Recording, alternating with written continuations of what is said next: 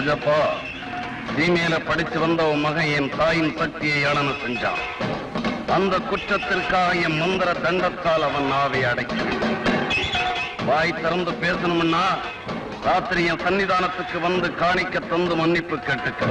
மறக்காத, என்னுடைய கோபத்துக்கு ஆளாகி நீ அழிஞ்சு போறதுக்கு முன்னால என்கிட்ட மன்னிப்பு கேட்டு உன் மகனை காப்பாத்திக்க.